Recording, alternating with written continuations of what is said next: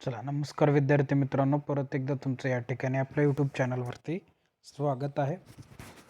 कालच्या लेक्चरमध्ये आपण पाहिलं ऑपरेटिंग आपलं वर्किंग कॅपिटल मॅनेजमेंट, त्याचा मीनिंग, त्याचं डेफिनेशन, त्याच्यानंतर त्याच्यामध्ये असणारे कॉम्पोनंट्स म्हणजे टोटल करंट असेटमध्ये कोणकोणत्या गोष्टी येतात, करंट लायबिलिटीमध्ये कोणकोणते घटक येतात ते पाहिलं. करंट असेट्समधून करंट लायबिलिटी आपण मायनस केली.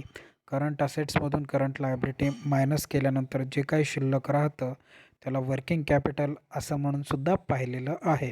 त्याचं महत्त्व, त्याची गरज, ओके, सर्व गोष्टी आपण डिस्कस केलेल्या आहेत लास्ट लेक्चरमध्ये. आजच्या लेक्चरमध्ये आपल्याला या ठिकाणी त्याच्या पुढचं व्हर्जन किंवा त्याच्या पुढचा पार्ट पाहायचा आहे. याच्यामध्ये सगळ्यात अगोदर आता पुढं चालून आपल्याला ऑपरेटिंग सायकल नावाची कन्सेप्ट पाहायची आहे. ऑपरेटिंग सायकल दुसरं तिसरं काय नाही तर एखादं ज्यावेळेस आपण बिझनेस इस्टॅब्लिश करत असतो, तर बिझनेसमध्ये इस्टॅब्लिश करत असताना, सेटअप करत असताना आपल्याला काही ना काही अमाऊंट त्याच्यामध्ये इन्व्हेस्ट करावी लागत असते. कॅश इन्व्हेस्ट करावं लागतं आणि ते कॅश आपल्याला परत कधी भेटणार आहे त्याचं एक सायकल असतं. म्हणजे आपण आता सपोज एक बिझनेस चालू केला, ते बिझनेस चालू करण्यासाठी आपण 10,000 रुपीज टाकले, 10,000 रुपये टाकले. मग ते 10,000 रुपये आपल्याला कधी वसूल होणार आहेत, कधी परत भेटणार आहेत, याचं जे काही चक्र असतं, सायकल असतं, त्याला आपण ऑपरेटिंग सायकल असं म्हणणार आहोत.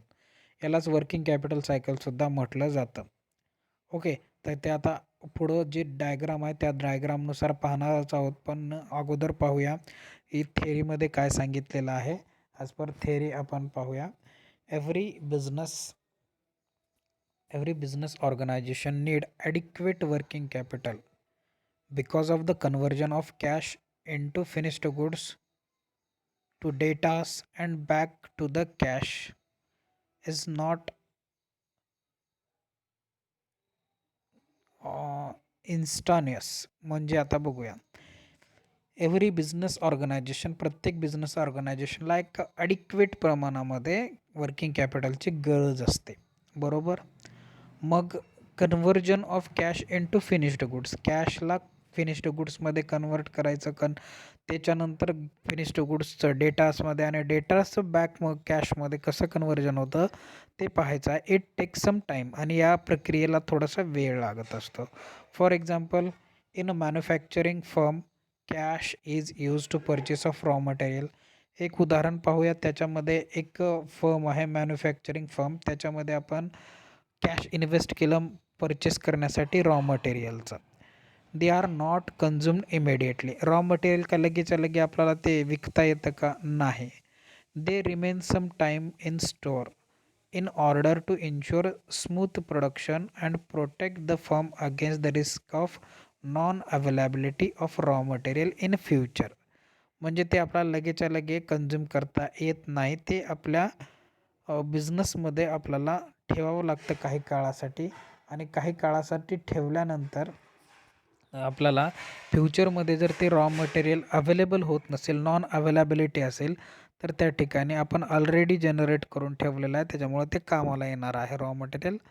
Then they are issued from store आणि त्यानंतर ते स्टोअरमधून इश्यू केलं जातं टू प्रोडक्शन सेंटर. प्रोडक्शन सेंटरला जिथं ॲक्च्युअल मॅन्युफॅक्चरिंग होते त्या प्रोडक्टचे त्या ठिकाणी पाठवलं जातं.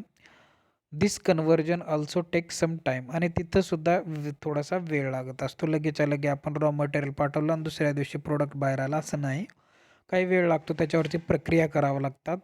Wien certain expenses such as wages overheads are incurred on it आणि त्याच्यामध्ये जर काही लेबर कामाला लावल्यानंतर त्याच्यामध्ये वेगळे पद्धतीचे एक्सपेन्सेस पे करावे लागतात आणि त्यानंतर it gets itself converted into semi finished goods आणि त्याच्यानंतर ते सेमी फिनिश्ड गुड्स किंवा वर्क इन प्रोग्रेसमध्ये जातं आणि फायनली ते फिनिश्ड गुड्समध्ये जातं. This finished goods will have store some before the sale आणि त्याला जर फिनिश्ड गुड झालं, फायनल प्रोडक्ट झालं, तर त्याला सेल करण्यासाठी आपल्याला पाठवावं लागतं, पण सेल लगेच्या लगे होत नाही. Next, finished goods are to sold to customer which take some time आणि सेल करण्यासाठी वेळ लागतो आणि सेल केल्यानंतर ॲटोमॅटिकली त्याच्यापासून आपल्याला कॅश भेटत असतं किंवा आपण उधारीवर विकलं तर जनरेट होतात आणि डेटार्सकडून पैसा भेटणारच आहे. म्हणजे शेवटी पैसा आपण जे इन्व्हेस्ट केला होता रॉ मटेरियल परचेस करण्यासाठी, सेल केल्यानंतर डायरेक्ट कॅश भेटतं. त्या ठिकाणी ऑपरेटिंग सायकल थांबतं आणि डेटार्स झाले असतील तर डेटार्सकडून पैसे भेटल्यानंतर त्या ठिकाणी ऑपरेटिंग सायकल कंप्लीट होत असतं. आता या एक्सप्लेन इथे या ठिकाणी पाहू शकता या आकृतीवरून. आपण सगळ्यात अगोदर कॅश बिझनेसमध्ये टाकलं किंवा मॅन्युफॅक्चरिंगसाठी थोडंसं कॅश आपण इन्व्हेस्ट केलं. ठीक आहे, मग ते कॅशमधून आपण रॉ मटेरियल परचेस करतो. रॉ मटेरियल परचेस केल्यानंतर त्याच्यावरती प्रक्रिया केली जाते, ते वर्क इन प्रोग्रेसमध्ये येतं.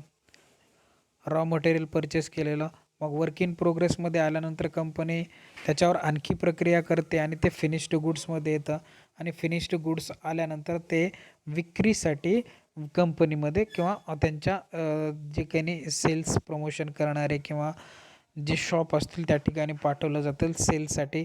आणि डेटार क्रेडिट उधारीवर जर सेल केलं तर त्या ठिकाणी डेटार्सकडून कॅश भेटत असतं किंवा बिल्स रिसिवेबल होत असतं.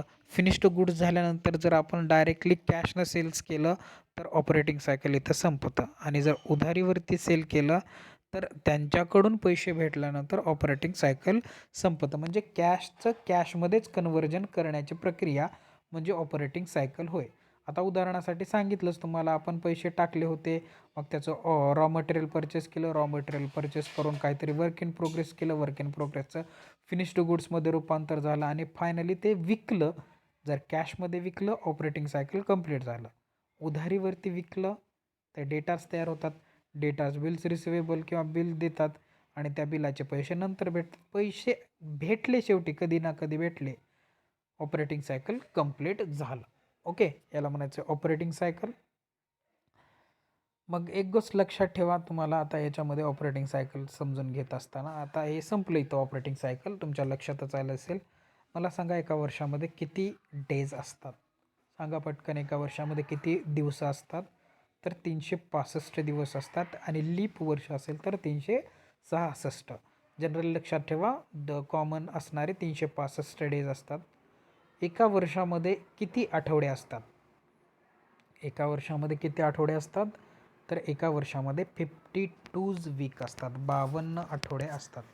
ओके, झालं. एका वर्षामध्ये डेज 365, वीक्स 52. त्याच्यानंतर मला सांगा मंथ किती असतात? महिने एका वर्षामध्ये मंथ असतात 12. हे का सांगतोय तर ऑपरेटिंग सायकल जे कॅल्क्युलेट करणार आहोत ते या आधारेच आपण कॅल्क्युलेट करणार आहोत. ओके, चला. मेजरमेंट ऑफ वर्किंग कॅपिटल किंवा याचा फॉर्मॅट आपल्याला सांगितलेला आहे. हे तेवढे इम्पॉर्टंट क्वेश्चन नाहीत म्हणून मी इथं सांगतो तुम्हाला, आणि ॲक्च्युअल क्वेश्चन जे असतील ते तुम्हाला सॉल्व करून दाखवणार आहेच. ठीक आहे, तर तेवढे इम्पॉर्टंट नाहीत, पण इम्पॉर्टंट नाहीत म्हणून सोडून देऊ नका. कधी काय विचारतील सांगता येत नाही. Measurement of operating cycle. Operating सायकलचं मेजरमेंट कशा पद्धतीनं करायचं आहे तर या ठिकाणी फॉर्म्युले सांगितलेले आहेत.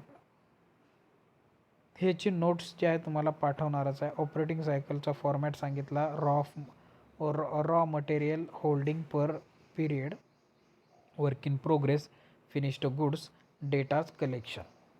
याचे टोटल करा, ग्रॉस ऑपरेटिंग सायकल येईल. त्याच्यामधून क्रेडिटर्सचं पेमेंट मायनस करा, नेट ऑपरेटिंग सायकल येऊन जाईल. ऑपरेटिंग सायकलचे क्वेश्चन्स आहेत हे ऑपरेटिंग सायकलचे. तर ऑपरेटिंग सायकलमध्ये सगळ्यात अगोदर रॉ मटेरियल स्टोरेज पिरियड कसा कॅल्क्युलेट करावा बाबा? तर कसं कॅल्क्युलेट करण्यासाठी फॉर्म्युला सांगितला आहे, average stock of raw material divided by average daily consumption of raw material. लक्षात ठेवा ॲज इट इज. तर ॲव्हरेज कसं काढायचं तुम्हाला माहीत आहे, opening plus closing divided by 2 करा. Opening plus closing divided by 2 येऊन जातं average stock of raw material. त्याच्यानंतर daily consumption of raw material कसं कॅल्क्युलेट करायचं, total material consumption divided by आपले वर्किंग डेज. 360 घेतात जनरली, मी 365 सांगितलं होतं. 365सुद्धा घेतात, बट ते पर्सेंटेजमध्ये किंवा पॉईंटमध्ये येतं म्हणून 360 घेतलं जातं. 360 days, 360 days can be used in place of 365 days also use can be, असं सांगितलेलं आहे. त्याच्यानंतर पुढं सांगितलं आहे प्रोसेसिंग पिरियड, 2 नंबरचा पॉईंट. हे असं भरपूर सारं सांगितलेलं आहे. आता डायरेक्ट तुम्हाला क्वेश्चन दाखवतो. हा क्वेश्चन नंबर 1 या ठिकाणी पाहू शकता. The following information available for Swagat limited. Average stock of raw material and store 200 आहे. Average work in progress VIP WIP म्हणजे work in progress inventory 300. Average finished goods 180. Average accounts receivable 300. Average accounts payable 180. Whatever जे सांगितले ते आता दिसत नाही मला. तर याच्यामध्ये लक्षात ठेवा आपला फॉर्मॅट काय सांगितला. सगळ्या करंट असेट पहिली, दुसरी, तिसरी, चौथी करंट असेट ऑपरेटिंग सायकलचं आणि त्याच्यामधून पेमेंट जे आहे ते लेस करायचं आहे, येऊन जाय. आता खालचे जे इन्फॉर्मेशन आहे ते आपल्याला क्वेश्चनमध्ये किंवा फॉर्म्युल्यामध्ये यूज होणारे आहे. तर Q are require to calculate. पहिलं कॅल्क्युलेशन काय करा म्हणलं, duration of raw material stage. Duration कसा कॅल्क्युलेट करायचा तर त्याचा फॉर्म्युला सांगितला आहे. Duration average stock of raw material and store divided by average raw material and store purchased per day. हेच क्वेश्चनमध्ये शोधायचं. Average stock of raw material and store सगळ्यात वर सांगितलं. Average stock of raw material and store किती आहे 200 divided by average raw material and store purchase per day किती आहे बघा. इथं क्वेश्चनमध्ये कुठं सांगितलं आहे तर खालून 4 नंबरचा पॉईंट आहे. Average raw material and purchased on credit consume per day 10. 200 भागा करा 10 करा 20 डेज येतं. 2 नंबरचं कॅल्क्युलेशन काय करा म्हणलं, duration of finished goods. Finished गुड्सचा ड्युरेशन कॅल्क्युलेट करा. Same formula. Average work in progress divided by average work in progress value raw material committed per day. Work in progress वरून 2 नंबरचं 300 आहे म्हणून 300 आणि खालून 3 नंबरचं 12.5. 300 भागा करत 12.5 करा 24 येऊन जाईल. 24 days duration of work in progress. आता थर्ड नंबर काय करायचे, फिनिश्ड गुड्स वरून 3 नंबर खालून 3 नंबर खालून 2 नंबर सॉरी वरून 3 नंबर बघा. ॲव्हरेज फिनिश्ड गुड्स इन्व्हेंटरीचा किती आहे 180 भागाकारामध्ये डिवाइड काय करा म्हणलं average cost of goods sold per day. Cost of goods sold per day आहे 18 म्हणून डिवायडेड बाय 18. 180 भागाकारात 18 10 डेज. त्याच्यानंतर नेक्स्ट पुढं काय सांगितलं आहे calculation duration of account receivable किती आहे 300ला 300 घ्या डिवायडेड बाय काय सांगितलं average credit sale per day. Credit sale किती आहे 20 रुपये 20 डेज आहे. 300 भागाकारात 20 15 डेज येऊन जाईल. आणि आता शेवटचं 5वं कॅल्क्युलेशन करायचं आहे duration of accounts payable stage per day. Same accounts पेएबलची अमाऊंट घ्या 180 भागाकारामध्ये average credit purchase per day. Average credit purchase per day तर कुठं सांगितलेलं आहे खालून 4 नंबरला सांगितलं average of raw material and store purchase on credit per day. त्याच्यामुळं ते घ्या भागाकारात 10 18 डेज येईल.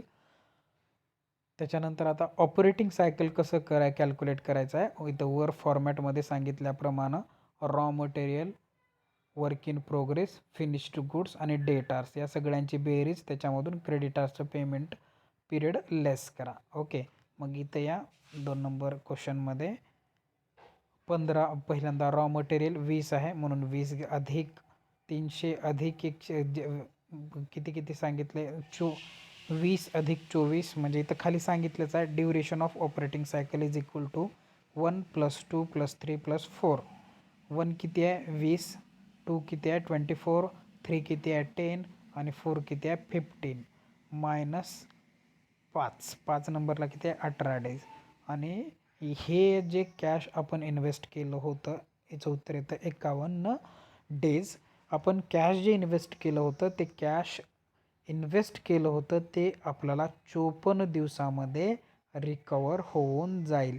म्हणजे ऑपरेटिंग सायकल कॅल्क्युलेट करण्यासाठी किंवा ते आपण जेवढे पैसे इन्व्हेस्ट केले होते ते पैसे आपल्याला परत भेटण्यासाठी जो कॅल्क्युलेशन पिरियड लागेल तो 51 डे म्हणजे 51 दिवसाचा लागणार आहे. ओके चला तर दुसरा तिसरा चौथा क्वेश्चन या नोट्समध्ये दिलेला आहे. तो तुम्ही सॉल्व करायचा आहे. येतं आहे का पहा. सोपं आहे. या पद्धतीचे जास्त विचारत नाहीत, पण असू द्या. ऑपरेटिंग सायकलसुद्धा कॅल्क्युलेट करता आलं पाहिजे तुम्हाला. फ्युचरमध्ये कुठं कामाला येईल तुम्हाला. ठीक आहे. तर थांबूया इथं. नेक्स्ट लेक्चरमध्ये भेटू आता आपण.